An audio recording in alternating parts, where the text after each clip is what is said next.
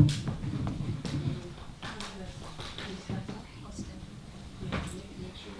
you hear me?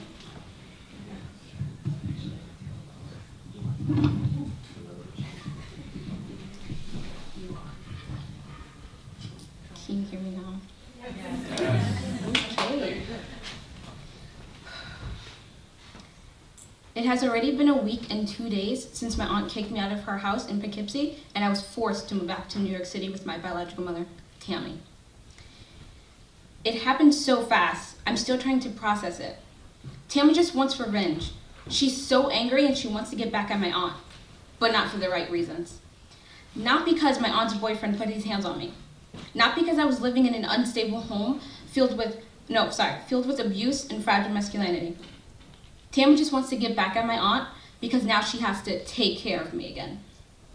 I want to move on so badly, but Tammy just won't seem to let it go. She wants to start a fight over it.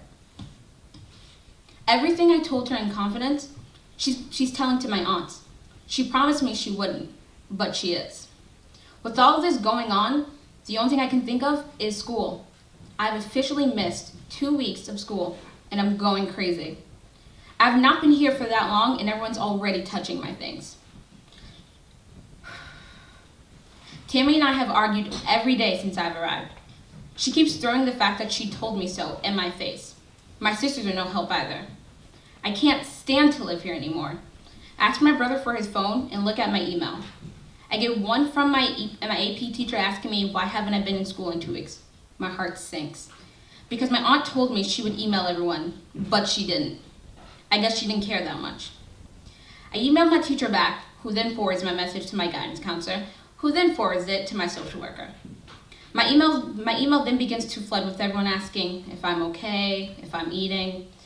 The social worker emails me saying how she's going to contact group homes.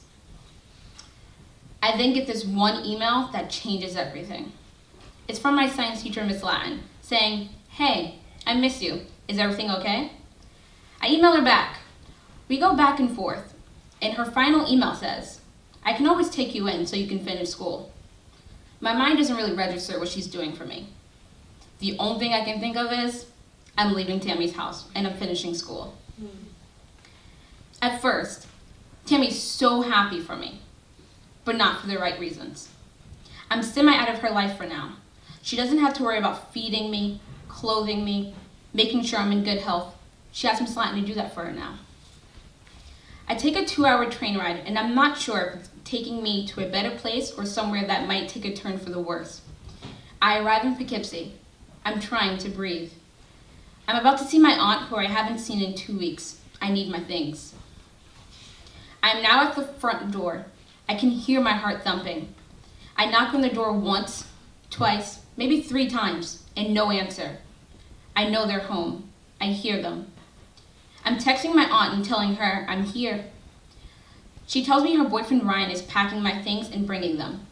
I call my mother and I tell her, and she curses at me, telling me to bang on the door. I know Ryan's temper, so I don't do it. My mother is mad at me, and she's cursing me out. I hang up the phone and wait 30 minutes. He still doesn't come outside.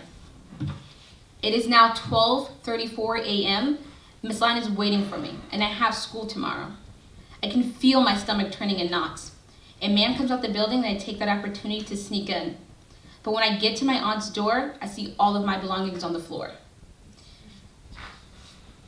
Oh dear Lord. I want to cry, but no tears will come out. I can't believe she let him have this much control over her. I grab everything I own and make my way downstairs. I try so hard to hold it all together, but once I see Miss Latin, I lose it. I can't believe someone who's supposed to be my family is doing this. Miss Latin comforts me with a hug, and that's all I need to calm down. We make our way to her house, my new home. Over the last year, Miss Latin has become someone I am so proud to call my mother. Actually, we now have nicknames for each other too. I call her Larry, she calls me Monty. She's the funniest, craziest person I know with the purest heart. She took me from hopeless to hopeful. She makes me feel so loved, like I'm not disposable. She's given me one thing I've never gotten before, and that's support. The comfort of her hugs feels as if I'm being kissed by the sun. Larry is strong, empowered woman who's been knocked down a couple of times, but it doesn't stop her. Her knowledge, power, and wisdom are my strength to keep going. There have been a lot of circumstances in my life that have not been ideal, but that's okay. I had to go through a lot to get to where I am, but I'm grateful I did.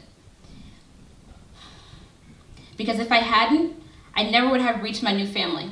If I hadn't gone through those hardships, I would have never had an awesome mother named Larry, 2 awesome sisters, 6 amazing pets, wonderful grandparents, and crazy amazing friends. My new family is the reason I go on with life and have the courage to do things. They are my comfort zone. Now my family is my safe place where I can be 100% me and laugh so much it hurts my stomach.